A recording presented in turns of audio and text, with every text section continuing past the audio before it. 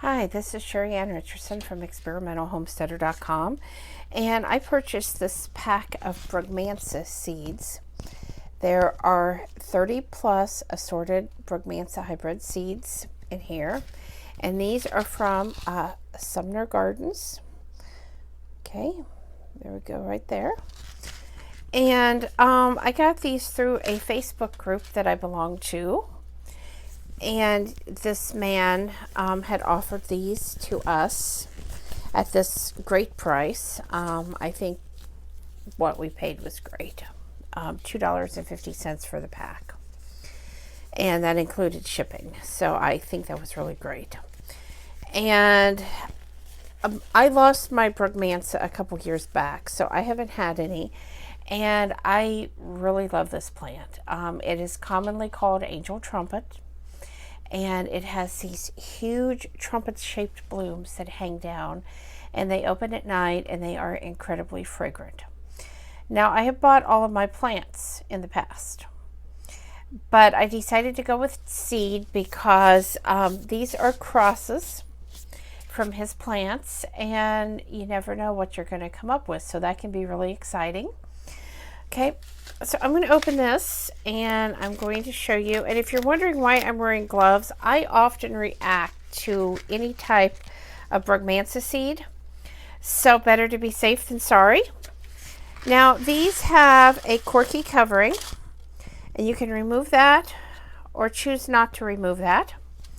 I am not going to remove that. Here's what these look like. You can also choose to soak these seeds for 24 to 48 hours if you want. I'm not going to do that either. I already have my peat pots expanded. I have had them on the heat mat, heating them up a little bit, and so we're just going to plant these exactly like they are. Now, if you want to peel the bark, you can either peel them as they are, or you can soak them for 24 hours and then peel the bark. Okay, normally you would use a sterile seed starting mix. Since I am using peat pellets, it's already sterile. All I had to do was add my water and plant. So that's what we're going to be doing here next, is planting these Brugmansia seeds. Okay, so these are my peat pellets, and as I said, we have already put hot water on these and expanded them. I realize that my lighting is kind of off, but that's because my camera is wanting to tip forward, and I'm really wanting you to see this. Now I'm going to use tweezers because that's the easiest way that I have found, and I'm just going to set one Brugmansia seed right here in the top of each peat pot, and I want to make sure that these make really good contact with the soil. Okay, because if they're not making contact with the soil, they are not going to germinate right. Now that one's going to be a little bit of a problem because it's not quite opened up all the way. So I'm just going to take and peel that back the same way with this one. Sometimes these peat pellets don't quite expand the way you want them to, and you have to get in here and kind of play with them.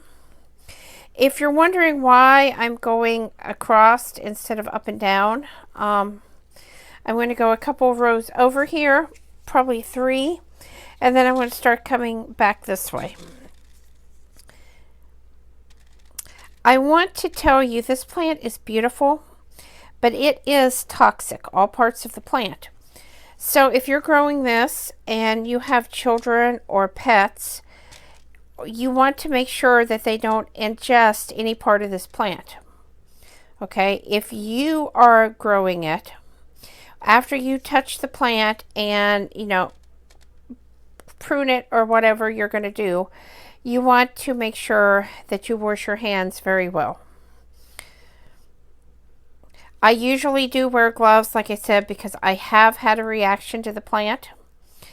And the other thing that I do, if I'm going to save seeds from this plant, once I start seeing the seed pod form, I will get the footy of a pantyhose, and I will actually cover the seed pod with the pantyhose footy, and that way when the seed pod bursts open, and they do have a liquid inside, The that one got planted a little too deep.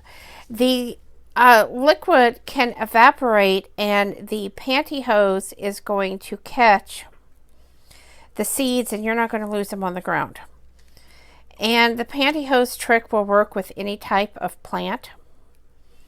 Okay, so as you can see, we're just going along here, continuing to plant. It is normal for the seeds to be all different sizes like this. As I said, this has a cork covering on it. If you peel this back, you would see the actual seed or bean of the Brugmansia plant. And you will notice the different colors. That's okay too. That doesn't mean one seed is good or bad.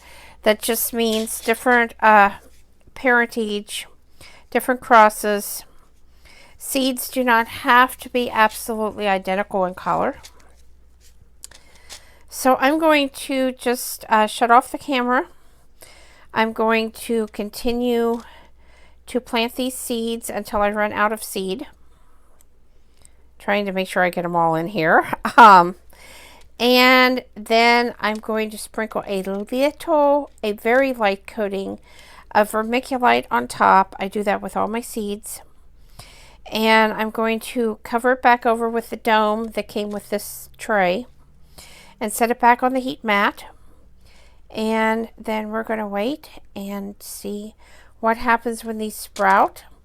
I'm planting early enough in the winter that there's a possibility that these will flower next year, and I will be able to see what colors and styles of flowers that I have, because these come in all different shapes and sizes, as you may or may not know. So thanks for watching, and have a great night.